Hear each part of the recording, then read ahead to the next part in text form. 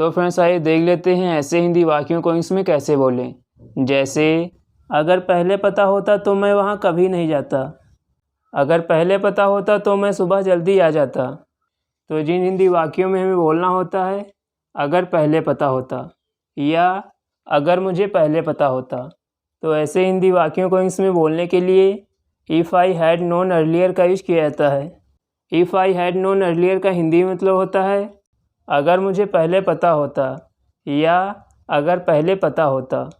इससे सेंटेंस बनाने का रूल है, सबसे पहले आप लिखेंगे if I had known earlier, उसके बाद कॉमा लगाएंगे और फिर जो सब्जेक्ट होगा उसे लिखेंगे। अगर सब्जेक्ट आई के अलावा कोई और होगा तो इफ़ के बाद भी आई के स्थान पर वही सब्जेक्ट लिखा जाएगा। जैसे अगर सब्जेक्ट ही होगा तो इफ़ के बाद ही लिखा जाएगा, यानी आप लिखेंगे if he had known earlier, उसके बाद वुड हैव लिखेंगे और फिर वर्ब की थर्ड फॉर्म और लास्ट में अदर वर्ड्स लिखेंगे। अब कोई एग्जाम्पल देखते हैं जिससे कि यह स्ट्रक्चर अच्छे समझ में आ जाए। पहला एग्जाम्पल है, अगर पहले पता होता तो मैं सुबह जल्दी आ जाता। तो इसकी इंग्लिश होगी if I had known earlier I would have come early in the morning. If I had known earlier I would have come early in the morning. अगला टेंस, अगर मुझे पहले पता होता तो मैं तुमसे नहीं कहता। तो इसकी इंग्लिश होगी if I had known earlier I wouldn't have said to you.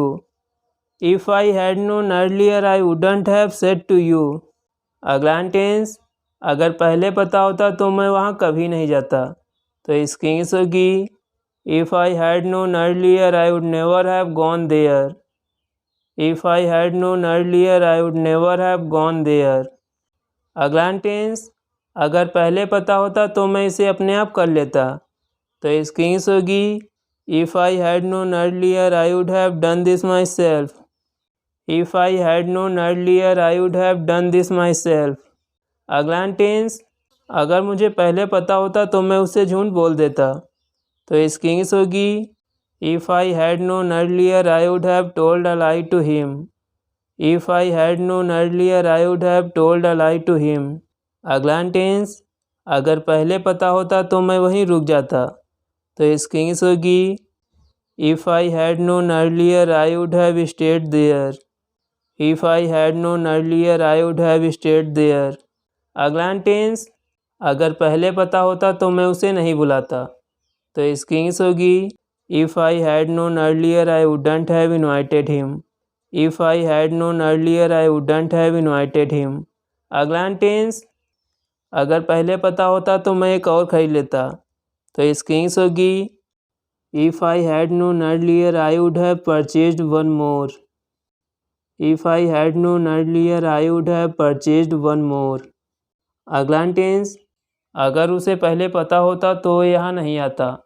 तो इसकी इंग्लिश होगी if he had known earlier he wouldn't have come here. If he had known earlier he wouldn't have come here. अगला tense, अगर हमें पहले पता होता तो हम तुम्हें बता देते। तो इसकी इंग्लिश होगी if we had known earlier we would have told you. If we had known earlier we would have told you. अब एक सेंटेंस आपके लिए, इसकी इंग्लिश आपको कमेंट बॉक्स में लिखनी है, जो कि है अगर पहले पता होता तो मैं ये वाला नहीं खरीदता। तो इसकी इंग्लिश आपको कमेंट बॉक्स में लिखनी है।